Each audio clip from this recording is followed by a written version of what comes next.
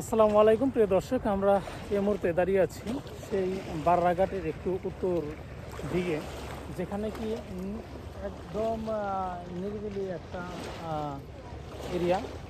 সেই এরিয়া আমরা কিছুক্ষণ ঘোরাঘুরি করলাম। আর দেখতে পাচ্ছেন আমরা একবারে নদীর পাড়ে কাশবনের পাশ দিয়ে হাঁটছি। এই তো, আর সেই সাথে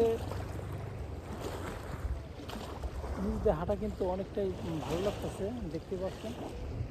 আর পুরো